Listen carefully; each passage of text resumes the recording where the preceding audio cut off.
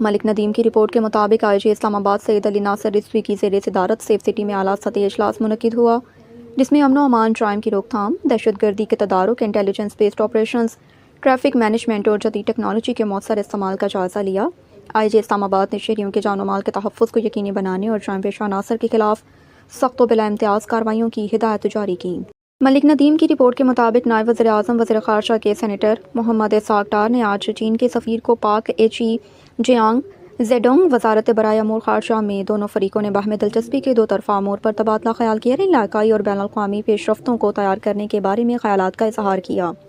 DPM FM ने आला सतही तबादले की रफ्तार को बरकरार रखने और पाक चीन दो तरफ़ा ताउन को मज़ीद मज़बूत बनाने की अहमियत को वाज़िया किया।